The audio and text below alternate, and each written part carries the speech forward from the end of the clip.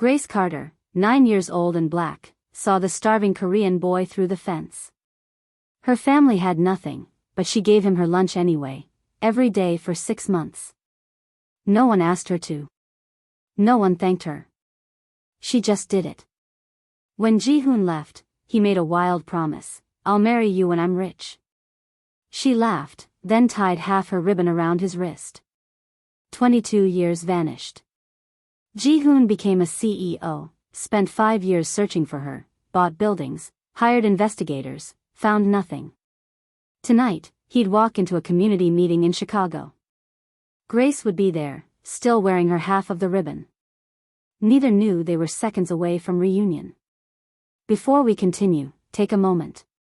If stories like this remind you that kindness still exists in this world, like this video, share it with someone who needs hope today, and subscribe to this channel so these stories keep reaching the people who need them most.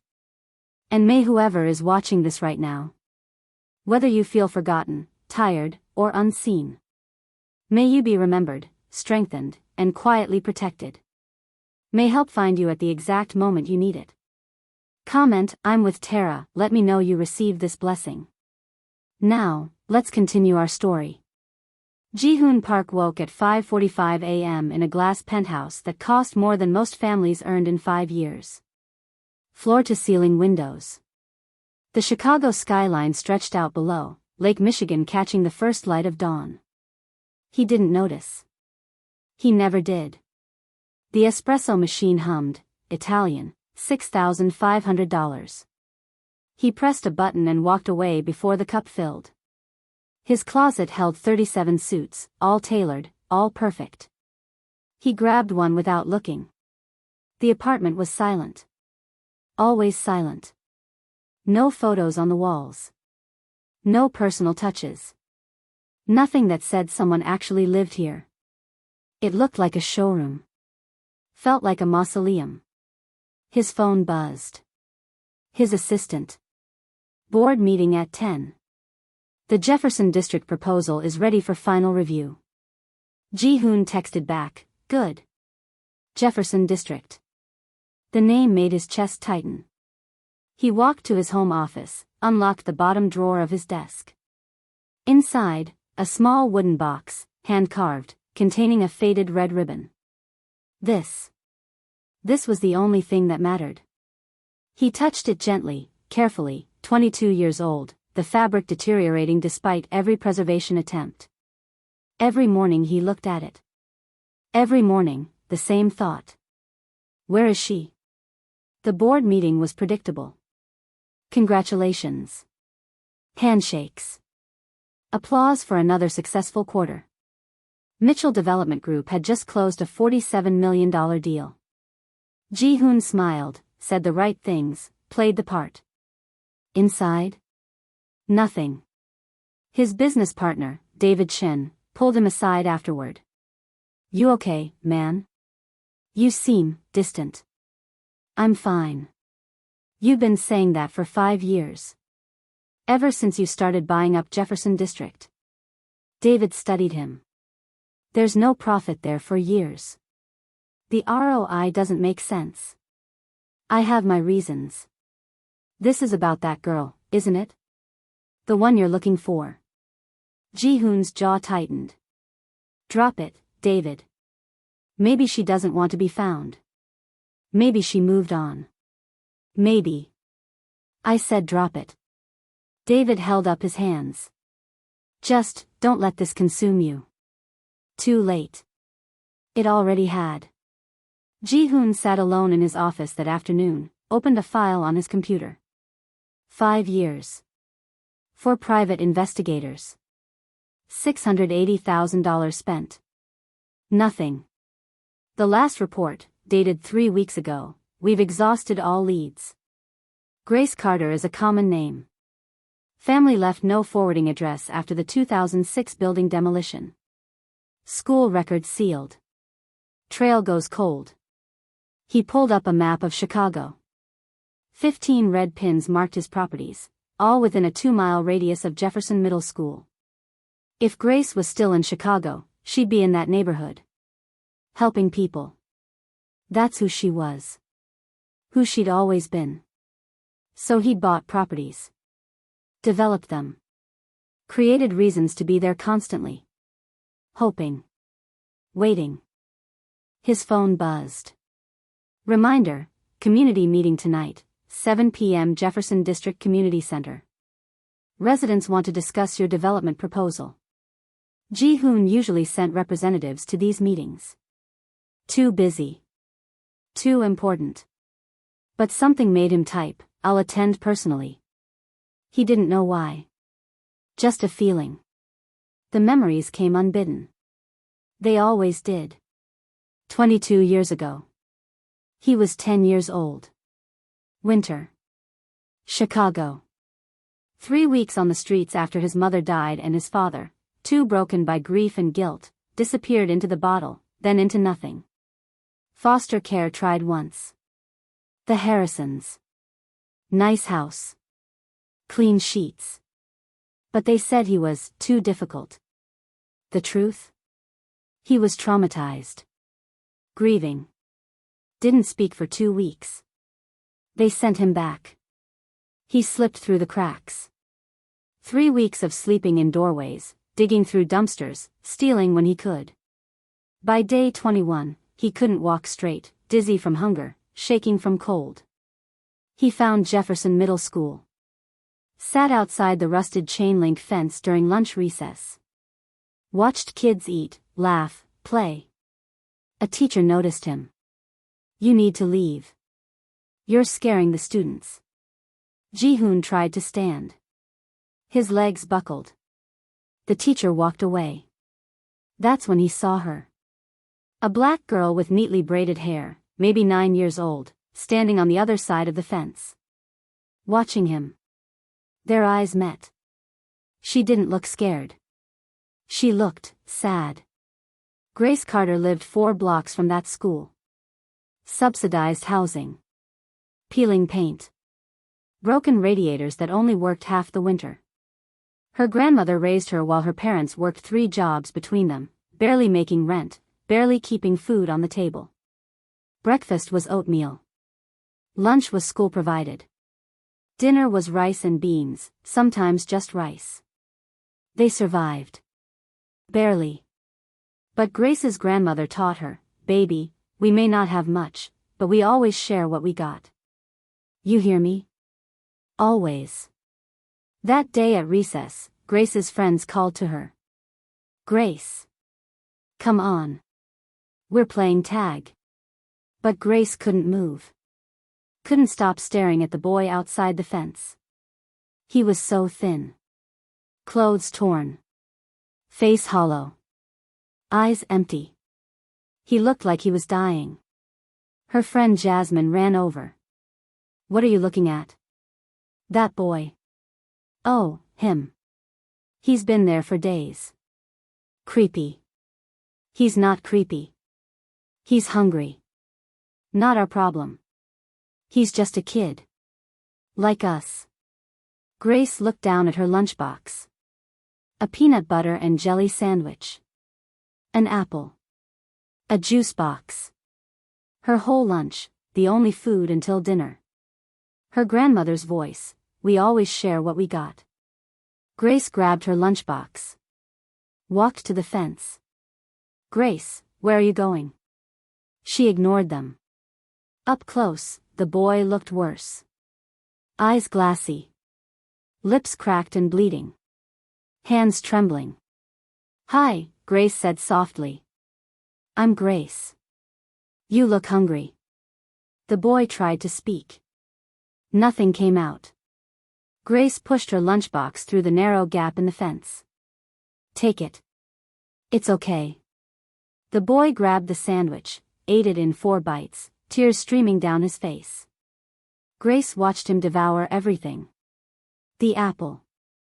The juice. Even the crackers she'd forgotten were in there. When he finished, he looked at her. "Thank you." His voice was broken, raw. "What's your name?" "Ji-hoon." I'm Korean." "Are you okay, Ji-hoon?" He shook his head. "No." Grace's heart broke. I'll bring you lunch tomorrow too. Ji-hoon's eyes widened. You will? I promise. The bell rang. Grace had to go. But she looked back 3 times. Ji-hoon sat clutching the empty juice box, watching her disappear into the school. For the first time in 3 weeks, he didn't feel invisible. Ji-hoon blinked. The memory faded. He looked at the clock. 6:30 p.m. The community meeting started at 7. Something told him tonight was different. He grabbed his coat. Touched the ribbon in his desk drawer one more time. I'm coming, Grace. I don't know if you're there. But I'm coming. What Ji-hoon didn't know. Grace would be there. And she'd been thinking about him every single day for 22 years too. She still wore her half of the ribbon, tucked inside a silver locket her grandmother gave her before she died. She'd never taken it off. Not once. What if tomorrow she doesn't come? That was the thought that kept Ji-hoon awake that first night, clutching the empty juice box like a lifeline. But Grace did come. The next day. And the day after that. For 6 months, through freezing winter and early spring, she fed him through that fence. And in those 6 months, 2 broken children built something neither understood but both desperately needed, a promise that kindness wasn't just real, it could change everything. But promises made by children are fragile things. And sometimes, they take 22 years to keep. Day 7. Grace brought chicken and rice. Day 12. A turkey sandwich and carrots. Day 19. Spaghetti in a small container, still warm. Every lunch period. Every single day. Grace walked to that fence, and Ji-hoon was always there, waiting, hoping, believing. The routine became sacred. Unspoken. Necessary. At home, Grace's grandmother noticed the pattern immediately. Her granddaughter coming home hungry, distracted, quieter than usual. But she didn't scold. Didn't ask questions. She just added more rice to the pot. Stretched the beans a little further. Made sure there was always something extra for Grace to take to school. Her uncle, Marcus, picked up weekend shifts at the warehouse without explanation. Her mother brought home day-old bread from the bakery where she cleaned at night. The family said nothing. But they knew. And they chose Grace's kindness over their own hunger. By week 3, Ji-hoon's cheeks had color again. By week 6, his hands stopped shaking. By week 10, he could stand without feeling dizzy. But his eyes still carried that hollow, haunted look. The look of someone who'd been abandoned too many times to believe safety was real. Where do you sleep? Grace asked one day, her voice barely above a whisper. Around, Ji-hoon said. Doorways. Sometimes the library basement before they lock it. Do you go to school? He shook his head. Not anymore. Why not? No address. No guardian. They don't want kids like me. Grace's throat tightened. You're not a kid like you. You're just Ji-hoon. He looked at her, really looked at her, and for the first time in months, something close to a smile touched his face. They talked about everything and nothing. Books they'd read. Dreams they barely dared to speak aloud. I want to build things, Ji-hoon said one afternoon, his fingers tracing patterns in the dirt. Big buildings. Strong ones. Ones that don't fall apart when people need them. Like homes? Grace asked. Like homes that actually feel safe. His voice cracked. Not the kind that disappear. Grace nodded slowly. I want to help people. Like my grandma does. She says even when you don't have much, you can still give something that matters. She sounds smart. She is. Grace smiled. She'd probably like you. Ji-hoon's eyes widened. You think so? I know so. But not everyone understood. By November, the whispers started. Grace is so weird, Jasmine said during recess. Always running off to feed that homeless kid. Why doesn't she just ignore him like everyone else? Another girl added. Maybe she likes him, someone teased, and the group erupted in giggles. Grace felt her face burn, but she didn't stop. Didn't explain. Just kept walking to the fence. A teacher, Mrs. Palmer, pulled her aside one day. Grace, honey, I've noticed you giving your lunch away.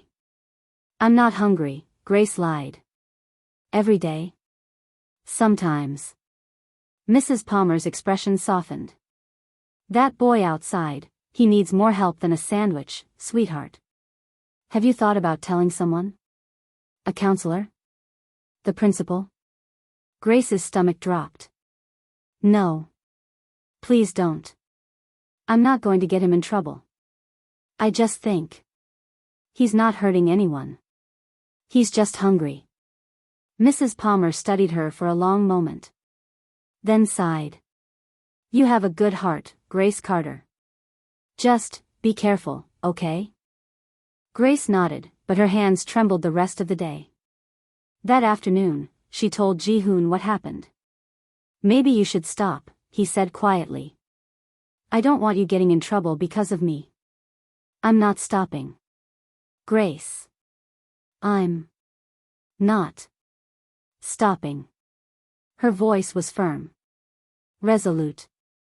You don't get to decide that. Ji-hoon stared at her through the rusted diamonds of chain link, this 9-year-old girl with more courage than anyone he'd ever known. Why? He whispered. Why do you keep coming? Grace didn't hesitate. Because you're worth it. The fence separated them, metal and rust and the invisible lines society drew between inside and outside. But every day, Grace pushed a lunchbox through the gap. And every day, that simple act erased the boundary between them. The lunchbox became more than food. It became proof. Proof that someone saw him. Proof that he mattered. Proof that the world hadn't completely forgotten him. By early December, the first snow fell. Ji-hoon showed up shivering, his too small jacket doing nothing against the cold. Grace noticed immediately, noticed the blue tint to his lips, the way his teeth chattered, the desperate way he tried to hide it. That night, she went home and stared at her own winter coat hanging by the door. Her only coat. The one her uncle had saved 3 months to buy. She thought about Ji-hoon. About the cold. About promises that mattered more than comfort. Winter was coming. And Grace Carter made a decision that would cost her more than lunch. Winter came early that year, brutal and unforgiving.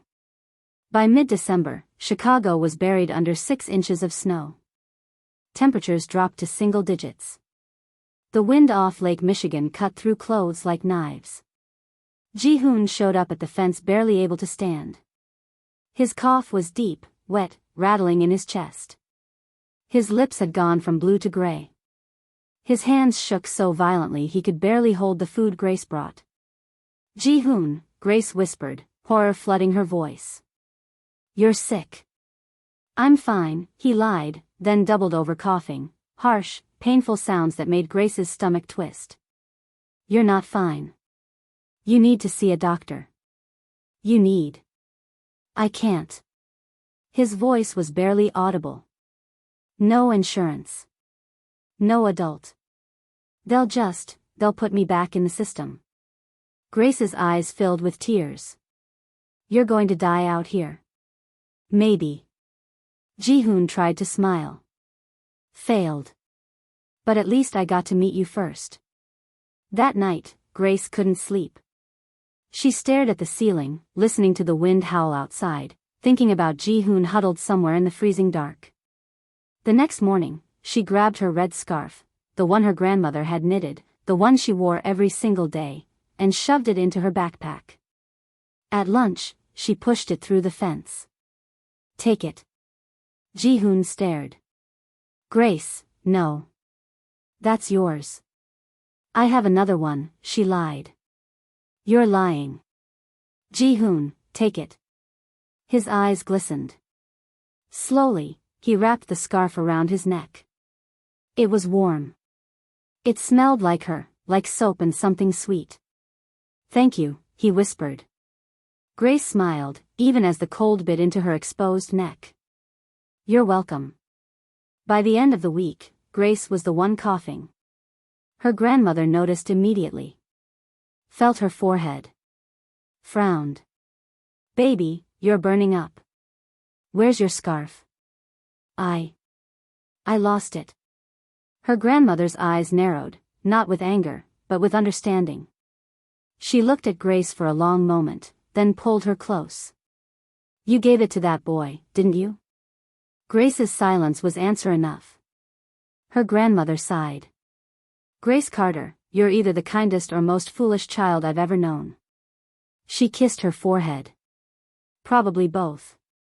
But she didn't make Grace stop. She just made her wear 2 sweaters under her coat. Grace's fever spiked to 101 degrees. Her mother begged her to stay home. But every day, Grace dragged herself to school.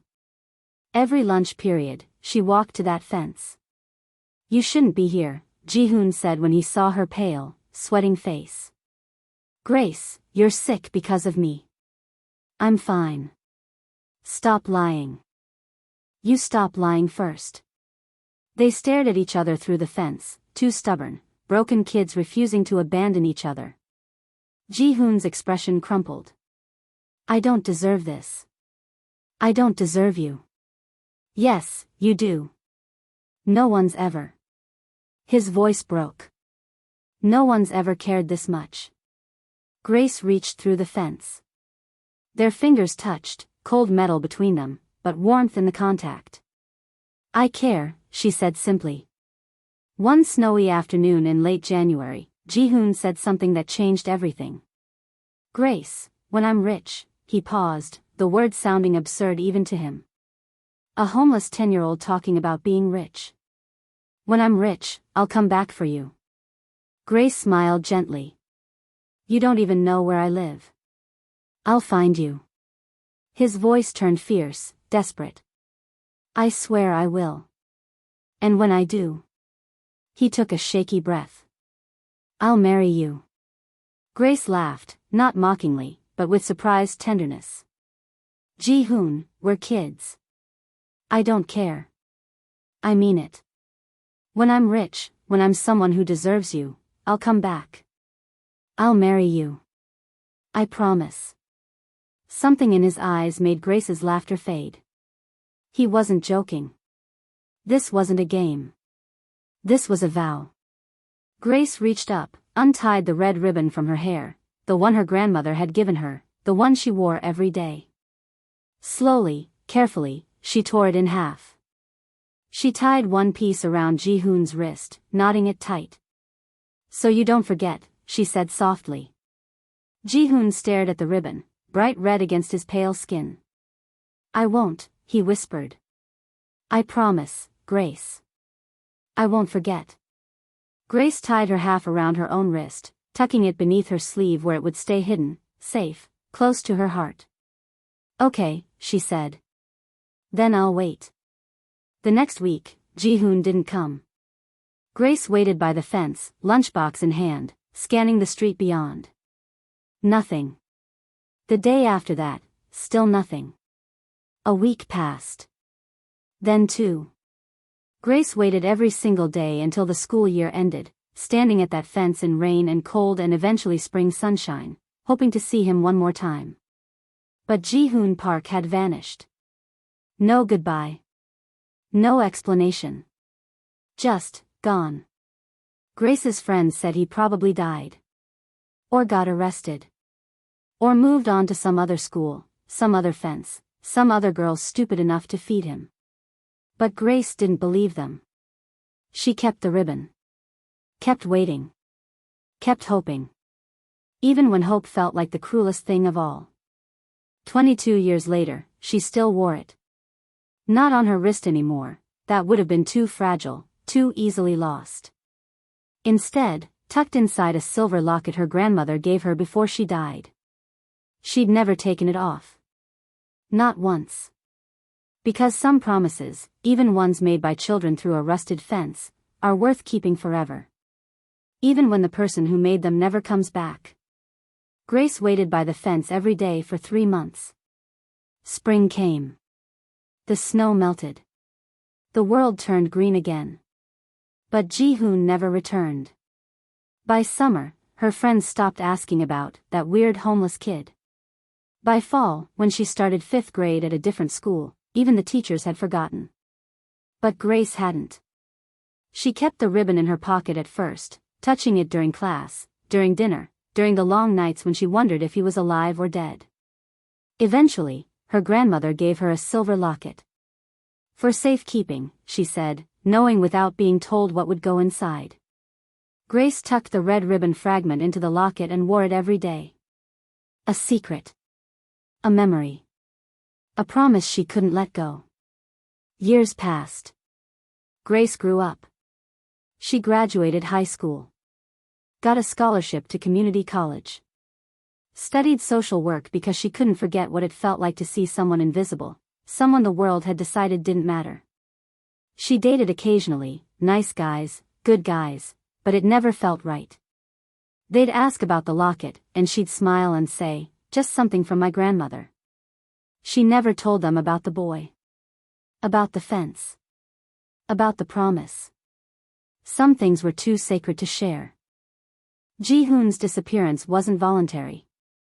3 days after Grace gave him the ribbon, a social worker found him sleeping behind a dumpster near Jefferson Middle School. Hypothermia. Severe malnutrition.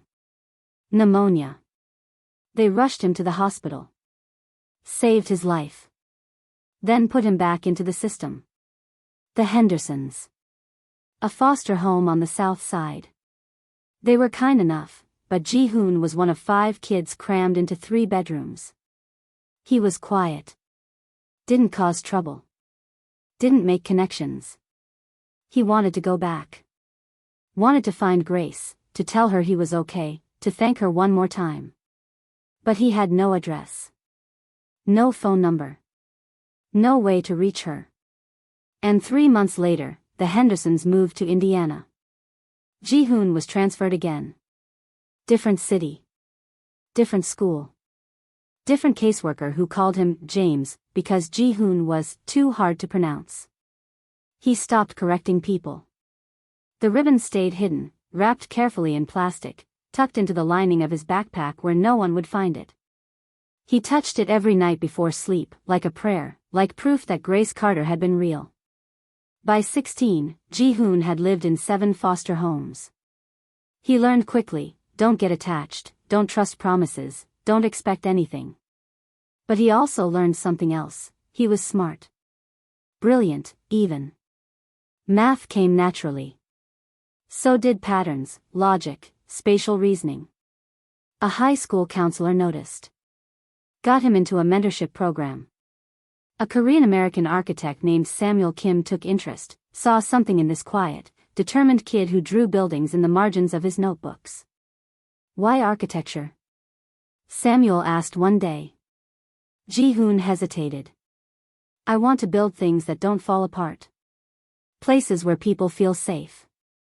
Samuel nodded slowly. Good reason. He helped Ji-hoon apply to college.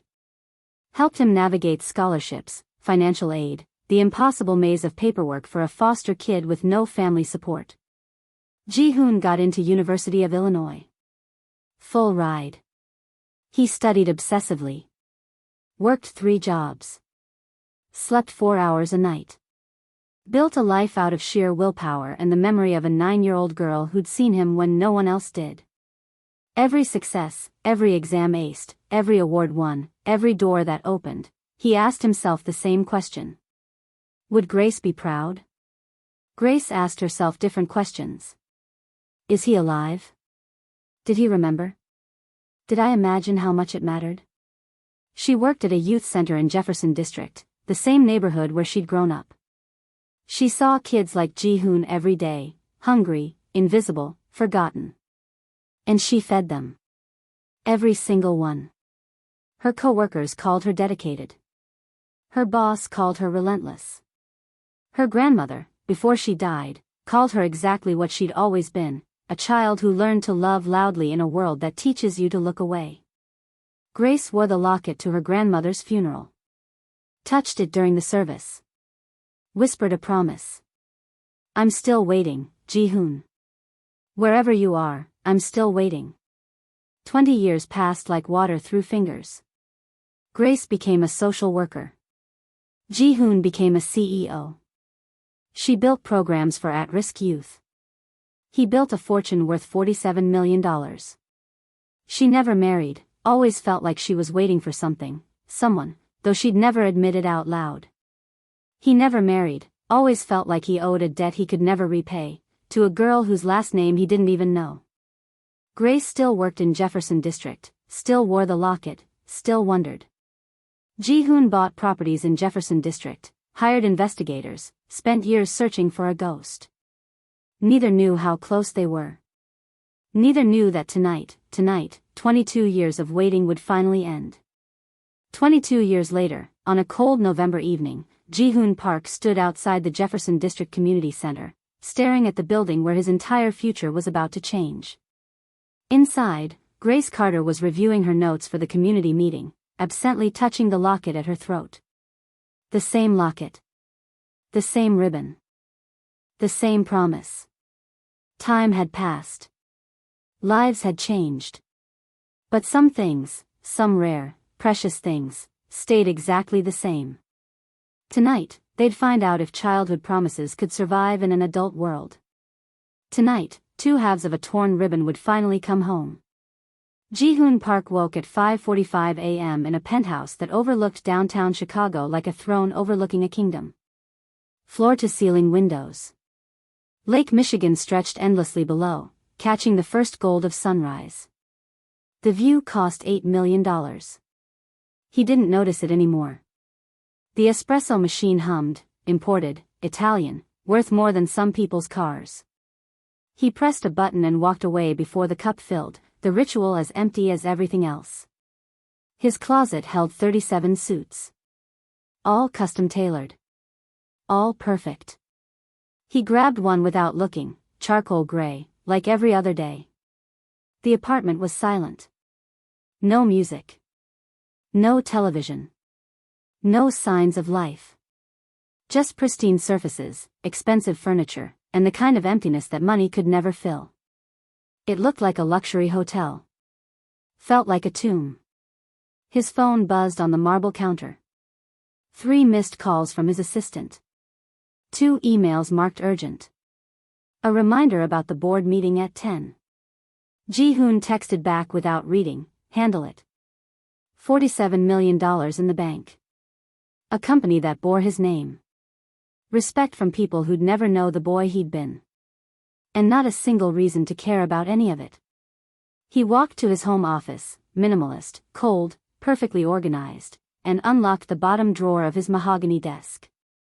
Inside, a small wooden box, hand-carved, treated with preservation chemicals. He opened it carefully. A faded red ribbon lay inside, protected behind glass, the fabric deteriorating despite every effort to save it. This was the only thing in his entire life that mattered. Ji-hoon touched the glass gently, the same ritual he'd performed every morning for 5 years.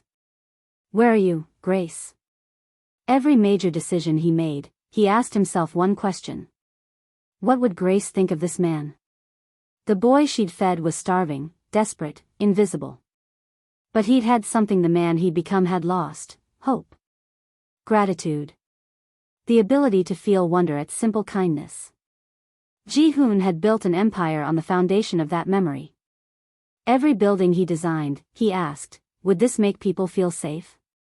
Every employee he hired, he asked, am I seeing the ones others overlook?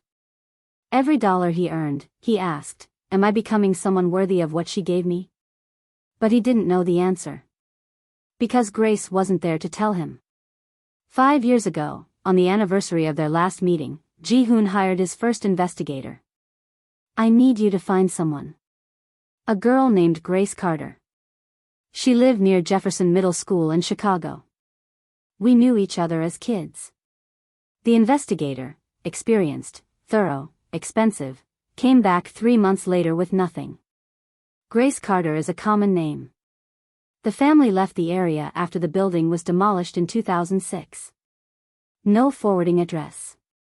School records are sealed. The trail goes cold. Ji-hoon hired a second investigator. Then a third. Then a fourth. $680,000 spent over 5 years. Every report said the same thing: we've exhausted all leads. His business partner, David, thought he was losing his mind. Ji-hoon, maybe it's time to let go. Maybe she doesn't want to be found. Maybe she's moved on, gotten married, forgotten. She didn't forget. Ji-hoon's voice was sharp, certain. Grace doesn't forget people. How do you know? You were kids. It was 20 years ago. Because Grace Carter had fed a dying boy through a fence for 6 months when she had nothing herself. Because she'd given him her scarf, her warmth, her hope. Because she'd torn her ribbon in half and made a promise with eyes that didn't know how to lie. I just know, Ji-hoon said. So he'd done the only thing that made sense. He bought Jefferson District. Not all of it, but enough. 15 properties within 2 miles of that rusted fence. Apartment buildings. Commercial spaces. The community center itself. If Grace was still in Chicago, still the person he remembered, she'd be there. Helping people. Making invisible kids visible. He'd created reasons to be there constantly. Development meetings. Community outreach. Investment opportunities that made no financial sense but perfect emotional sense. His accountants were baffled. His board was concerned. But Ji-hoon didn't care. Every property he bought was a prayer: please still be here. Please let me find you. His phone buzzed again. Reminder: community meeting tonight, 7 p.m. Jefferson District Community Center. Residents want to discuss development proposal. Ji-hoon stared at the notification. He usually sent lawyers to these meetings. Too busy. Too important. Let the representatives handle community relations. But something felt different today. A pull. An instinct. The same feeling he'd had 22 years ago when he'd seen Grace walking toward the fence for the first time. His fingers moved before his brain caught up. I'll attend personally. David would think he was crazy. The board would question his judgment. Ji-hoon didn't care. He closed the wooden box, locked the drawer, and touched the glass one more time. I'm coming, Grace, he whispered to the empty room. I don't know if you'll be there. But I'm coming. What Ji-hoon didn't know. Grace would be there.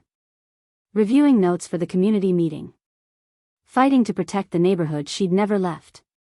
Wearing a silver locket containing a 22-year-old ribbon that she touched whenever she needed strength. Tonight, in 6 hours, 2 people who'd spent half their lives searching would finally be in the same room.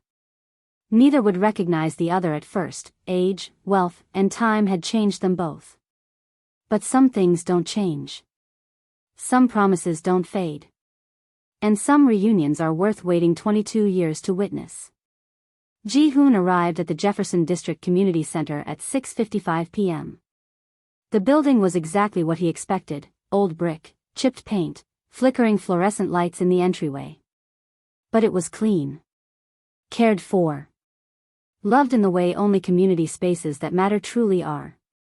Inside, folding chairs filled a modest meeting room. About 50 people, families, elders, young activists, all waiting with the particular tension of people who'd been promised things before and learned not to trust easily. Ji-hoon straightened his tie. His Tom Ford suit, $3,000, tailored in Milan, felt obscene here. Wrong. A woman at the registration table looked up. Name? Ji-hoon Park. Mitchell Development Group. Her expression shifted immediately. Guarded. Cold. The developer. She said it like an accusation. You actually came. Yes. Most developers send lawyers. She handed him a name tag with visible reluctance. We'll see if you're different. Ji-hoon found a seat in the back. Heads turned. Whispers rippled through the room like wind through grass. That's him. The millionaire. Probably here to bulldoze everything. Rich people always promise. Never deliver. Ji-hoon kept his face neutral, but his chest tightened. These were Grace's people. The neighborhood she'd grown up in. If she was here, if she'd stayed, these were the people she'd be protecting. An older woman stood at the front, 60s, silver hair, eyes that had seen too many broken promises. Good evening. I'm Dorothy Hayes, Community Board President. She paused, let the silence settle. Tonight we discuss the proposed development. Mitchell and Associates wants to build housing, renovate our center. But we've heard promises before. Murmurs of agreement rippled through the crowd. Mr. Park will present his plans.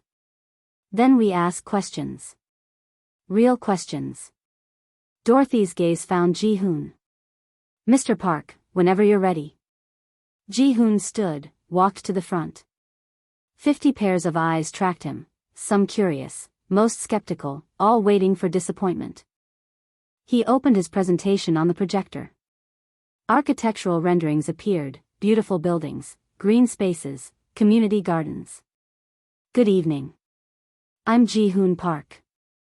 His voice was steady, professional. I grew up not far from here. I know what broken promises look like. That got attention. The room quieted. I'm proposing affordable housing, not luxury condos. 60% of units reserved for current residents at current rent rates. Surprised murmurs. The community center will be fully renovated.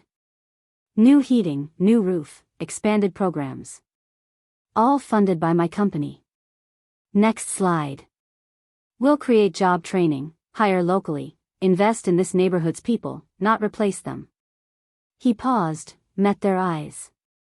I know you don't trust me yet. But I'm not here to gentrify. I'm here to give back. Hands shot up immediately. Questions came fast, sharp, skeptical, testing. Ji-hoon answered each one carefully. Transparently. He prepared for this. But he was also scanning faces.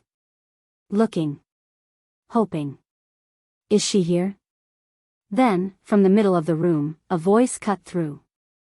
What about our most vulnerable residents? Ji-hoon's heart stopped. He knew that voice. A black woman stood, early 30s, professional attire, natural hair pulled back, confidence in her posture but compassion in her eyes. I work as a social worker at this center, she continued. I see homeless youth. Foster kids. Your buildings mean nothing if our most vulnerable are displaced. Their eyes met. 22 years collapsed into a single moment. Ji-hoon couldn't breathe. Couldn't move. Grace. She looked different, older, stronger, more certain of herself. But the eyes. The eyes were exactly the same. The ones that had seen a dying boy and chosen kindness. He tried to speak. Failed. Tried again.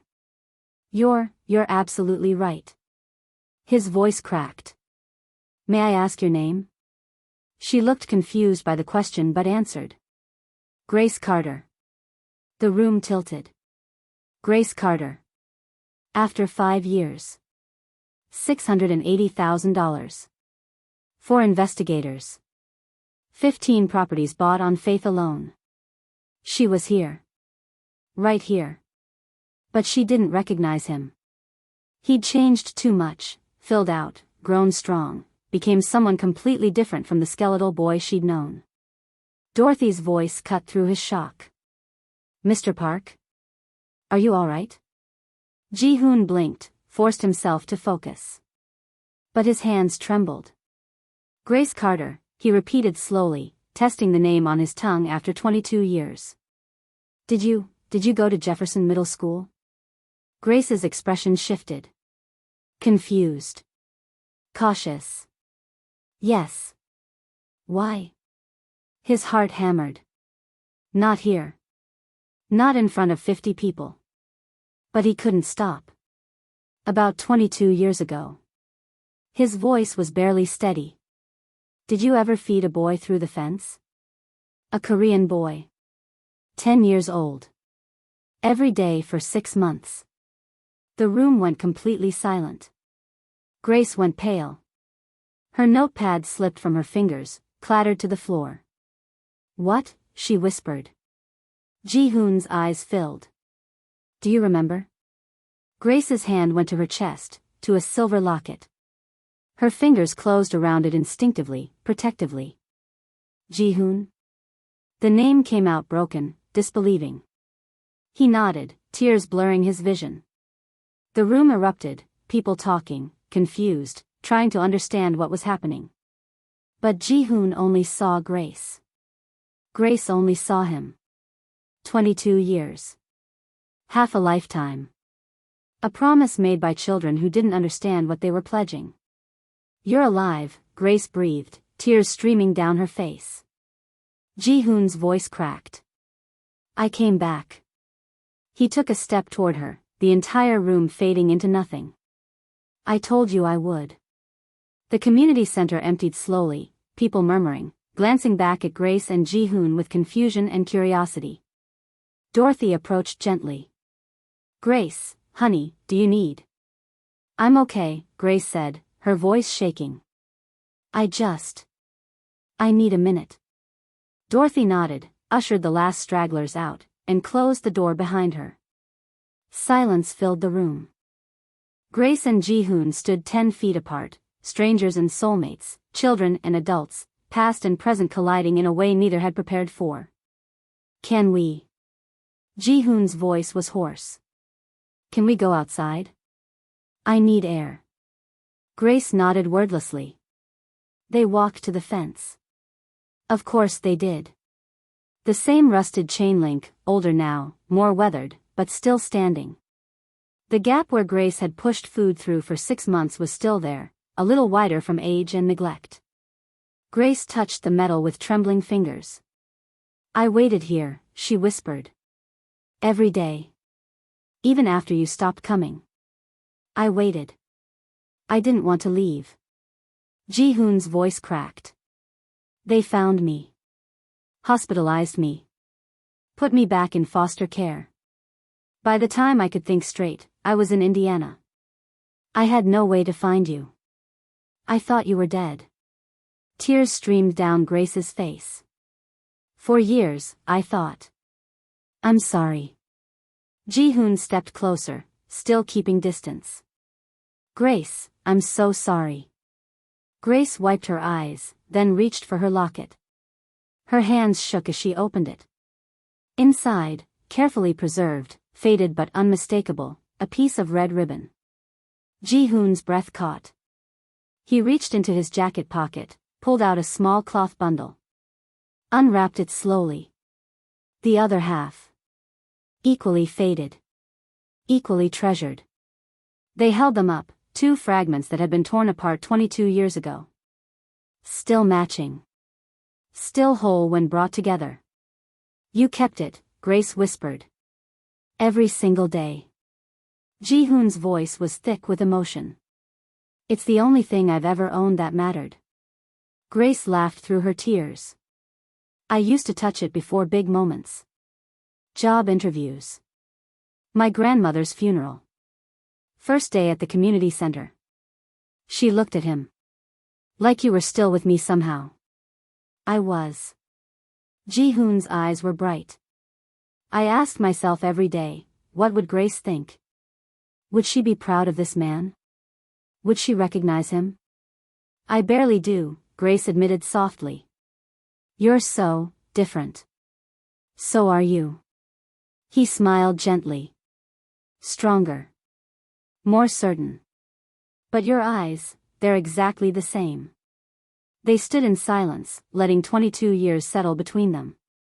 Do you remember the snow? Grace asked suddenly. The day I gave you my scarf? You got sick. Ji-hoon's face darkened with guilt. Fever. You came anyway. I wasn't going to let you freeze. You almost died for a stranger. You weren't a stranger. Grace met his eyes. You were Ji-hoon. The boy who wanted to build things that don't fall apart. His throat tightened. You remembered that? I remembered everything. Her voice softened. The juice box you wouldn't let go of. The way you ate so fast, like the food might disappear. How you cried the first time I brought you chicken and rice. Ji-hoon closed his eyes. I remember your braids. The blue dress you wore every Monday. The way you looked at me like I wasn't invisible. He opened his eyes. You saved my life, Grace. You gave mine meaning, she replied quietly. The silence stretched, comfortable now, no longer heavy with shock. Ji-hoon spoke carefully. I know this is. I know we're not kids anymore. I don't expect. I'm not the same girl, Grace said gently. And you're not the same boy. No. We've lived entire lives without each other. Yes. Grace touched her locket again. But I never stopped thinking about you. Never stopped wondering. Never stopped hoping you were okay.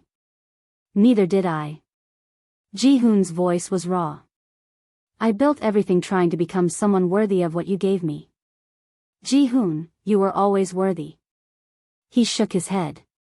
I wasn't. But I wanted to be. Grace took a breath. I don't know what this is, she said honestly. I don't know what we are or what we could be. Neither do I. I need time. We need time. This is. She gestured helplessly. This is 22 years of memories meeting reality. I understand. Ji-hoon stepped back, giving her space. I waited this long. I can wait longer. Grace smiled, sad and hopeful at once. Can we just start over? Not as the kids we were. As the people we are now? I'd like that. Maybe coffee? Grace suggested tentatively. Slowly. No pressure. No expectations. Coffee sounds perfect. They stood by the fence as darkness fell, two people who'd been children together, strangers now, but connected by something deeper than time or distance. No fireworks. No dramatic kiss. No fairy tale ending. Just two broken people who'd survived because of each other, learning how to exist in the same space again. Ji-hoon looked at the ribbon in his hand, then at Grace. Thank you, he said simply. For seeing me when I was invisible. For making me believe kindness was real. Grace's eyes filled again. Thank you for keeping your promise. For becoming someone who builds places that don't fall apart. I'm still trying. So am I. They walked away from the fence together, not holding hands, not rushing, just side by side. Two halves of an old promise, learning how to be whole again. Slowly. Carefully. The way important things should be. They met for coffee 3 days later at a small cafe 2 blocks from the community center. Grace arrived first, ordered tea she didn't drink, and touched her locket 17 times before Ji-hoon walked through the door. He looked different in casual clothes, jeans, a simple sweater, no expensive suit. More human. Less intimidating. Hi, he said, sitting across from her. Hi. The silence wasn't uncomfortable, but it was careful. Tentative. I've been thinking, Grace started. About your development proposal. I want to understand it. Really understand it. Ji-hoon nodded slowly. Okay. What do you want to know? Everything. He pulled out his tablet, opened files he'd prepared but never shown the full board. The Jefferson District project isn't just housing, he began.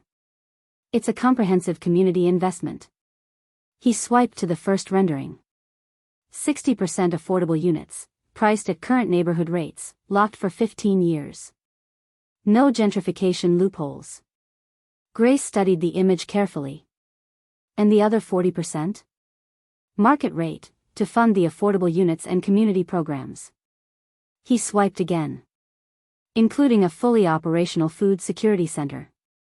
Grace looked up sharply. What? A kitchen. Food pantry. Meal programs for kids, seniors, anyone who needs it. Ji-hoon's voice was quiet. Free lunches for every child in a 2-mile radius. No questions asked. No paperwork required. Grace's throat tightened. He continued. Youth center with job training, tutoring, mentorship programs. Partnership with foster care services. Transitional housing for kids aging out of the system. Each word landed like a stone in still water. Medical clinic. Legal aid office. All subsidized or free based on income. Grace set down her tea, hands trembling slightly. Ji-hoon, this is millions of dollars. 47 million, actually. He met her eyes. Everything I have. The cafe noise faded, conversations, espresso machines, the world beyond their table became white noise. Why? Grace whispered. Ji-hoon was quiet for a long moment. Honestly? He looked down at his hands. At first, it was about finding you. I bought properties hoping you'd still be in the neighborhood. Created reasons to be there constantly. Every community meeting, every development plan, it was all just searching. Grace's heart clenched. But then something changed. He looked up. I started seeing them. The kids outside the fence. The family's one paycheck from homelessness. The people everyone else looked past. His voice cracked. I saw myself. Over and over. And I couldn't walk away. So it became about them, Grace said softly. It became about both. Ji-hoon's honesty was raw, undefended. I won't lie and say it's purely altruistic. I wanted to find you.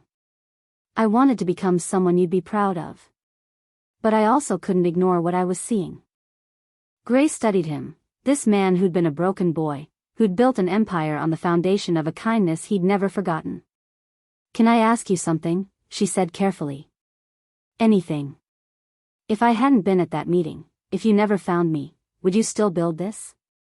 Ji-hoon didn't hesitate. Yes. Why? Because you taught me something 22 years ago. His eyes were bright. You taught me that invisible people matter. That kindness isn't conditional. That sharing what you have, even when you have nothing, is what makes us human.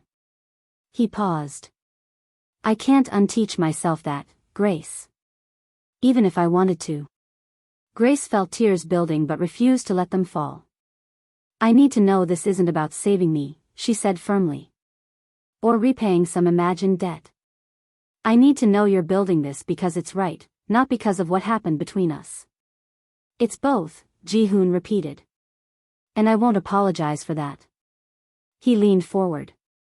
But Grace, I don't need your permission to do this. The project moves forward whether we. He gestured between them, whatever this is or isn't. The community needs it. That's enough. Grace sat back, processing. She'd spent her entire career fighting systems that didn't care. Advocating for funding that never came. Watching good programs die from neglect. And here was someone offering everything she'd ever fought for. I want to help, she said suddenly. Ji-hoon blinked. What? Your food security program. Youth services. I want to be involved. Not as. She searched for words, not as part of whatever we are personally. As a professional. As someone who knows this community. Ji-hoon's face transformed. Hope, relief, something deeper. You do that? On one condition. Grace's voice was steady. This partnership is about the work. We keep the personal separate until we figure out what that even means. Can you do that? Ji-hoon nodded slowly. I can do that. Then yes. I'm in. They shook hands across the table, formal, professional, absurd given their history. But also exactly right. When do we start? Grace asked. Tomorrow? Ji-hoon suggested. Community center. Bring your ideas. I'll bring the resources. Deal. They stood to leave, and for a moment, the careful distance wavered. Grace, Ji-hoon said quietly. Thank you. For seeing this. For seeing me. Then and now. Grace touched her locket. Thank you for coming back. For keeping your promise, even if it took 22 years. Some promises are worth the wait. Yeah, Grace agreed softly. They are. They walked out separately, two people choosing purpose over sentiment, mission over romance. But as Grace touched her locket and Ji-hoon touched his pocket where the ribbon stayed, both knew. Some foundations are built strong enough to support both. They just had to build carefully. One day at a time. 6 months passed like a breath held and finally released. The Jefferson District project broke ground in March. By September, the first building was framed. By December, the Food Security Center opened its doors.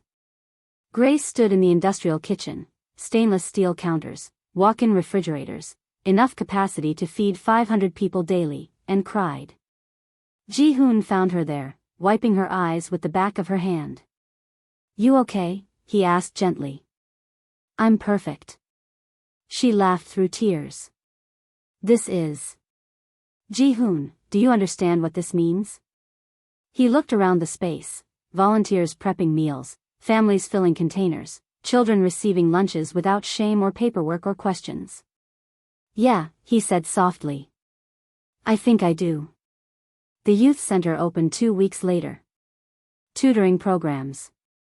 Job training.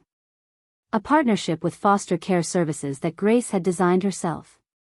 Computers. Books. A safe space for kids who had nowhere else to go. On opening day, 17 kids showed up. By month 2, 63. By month 4, they had a waiting list. Grace ran the programs with the precision of someone who'd spent years understanding exactly what was missing. Ji-hoon funded them without hesitation, without conditions, without needing credit. They worked side by side, professional, focused, careful to keep boundaries clear. But slowly, inevitably, the walls came down. Coffee meetings became dinners. Work conversations became personal ones. Careful distance became comfortable closeness. Not rushed. Not forced. Just, natural. One afternoon in late January, Ji-hoon was leaving the community center when he saw him.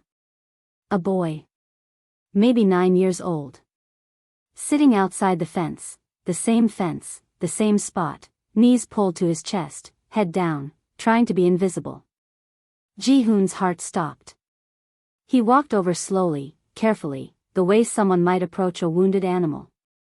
Hey, he said gently. You okay? The boy looked up, eyes wary, too old for his face. He didn't answer. Ji-hoon sat down on the cold concrete beside him. I'm Ji-hoon. What's your name? Marcus, the boy whispered. You hungry, Marcus? The boy's stomach answered before he could, a low, desperate growl. Ji-hoon stood, walked into the community center, and returned 5 minutes later with a container of food. Hot rice. Chicken. Vegetables. A juice box. He handed it through the fence. Marcus stared at it like it might disappear. It's okay, Ji-hoon said softly. Take it. The boy grabbed the container and ate like Ji-hoon once had, fast, desperate, tears streaming down his face. Ji-hoon watched, his own eyes burning. Grace found him there 20 minutes later. She stood silently beside him, watching Marcus finish the last of the food. Every day, Ji-hoon said quietly, not looking at her. I'll come back every day until we figure out how to help him properly. Grace's hand found his. Squeezed gently. We will, she promised. Marcus looked up at them, two adults who'd stopped, who'd seen him, who'd cared. Thank you, he whispered. You're welcome, Marcus. Ji-hoon's voice was thick. I'll be here tomorrow. Okay? The boy nodded, clutching the empty container like treasure. They walked back to the center in silence. Inside, Grace turned to Ji-hoon, her eyes shining. Do you remember what you promised me? She asked. 22 years ago. I said I'd marry you when I was rich. Ji-hoon smiled sadly. I know. I was just a kid. I didn't understand. No. Grace shook her head. You did understand. Maybe better than either of us knew. She opened her locket, showed him the faded ribbon inside. The promise wasn't about marriage, Ji-hoon. It was about becoming the kind of person who sees hungry children and stops. Who builds safety instead of walking past suffering. Who remembers what it feels like to be invisible, and refuses to let anyone else disappear. Ji-hoon's breath caught. You kept your promise, Grace said softly. Not by finding me. Not by getting rich. By becoming exactly who you said you'd be. She touched his face gently. Someone who builds things that don't fall apart. Someone who feeds invisible children. Someone worthy of the kindness that saved him. Grace. You came back, she interrupted, tears falling freely now. Not just to me. You came back to that fence. To that boy you used to be. And you chose to do for him what I did for you. Her voice broke. That's the promise, Ji-hoon. That's what you kept. Ji-hoon pulled her close, not rushed, not dramatic, just necessary. They stood together in the center they'd built, surrounded by the sound of children laughing, families eating, people finding safety in a space designed with love. I don't know what we are, Ji-hoon whispered against her hair. But I know I want to keep building this with you. Me too, Grace said. Slowly. Carefully. The way important things should be. Yeah. She pulled back, smiled through tears. The way important things should be. Outside, Marcus sat clutching his empty container, waiting for tomorrow. Inside, two people who'd been children together began building something bigger than romance, stronger than promises, more lasting than any single act of kindness. A legacy. A choice. A belief that invisible people matter, and that kindness, real kindness, doesn't just save lives. It changes them. Forever. Some promises aren't meant to be rushed. They're meant to be lived. One meal. One child. One choice at a time. Until the whole world learns what two children discovered through a rusted fence 22 years ago. That love isn't just a feeling. It's action. It's showing up. It's becoming worthy of the kindness that once saved you, and then giving it away freely, endlessly, without expecting anything in return. That's the promise. And Ji-hoon Park and Grace Carter spent the rest of their lives keeping it. If this story touched your heart, please like this video. It helps more than you know. Share it with someone who feels invisible. And subscribe to the channel, because stories like this remind us that one small act can change a lifetime. And here's a blessing for you. May you never underestimate the power of your kindness. May what you give, no matter how small, return to you in ways you never imagined. May the help you once needed find you again as peace, purpose, and love. If you're struggling right now, don't give up. Someone is coming. Your story isn't over. Let me know how you enjoyed this story in the comments section. Thank you for watching.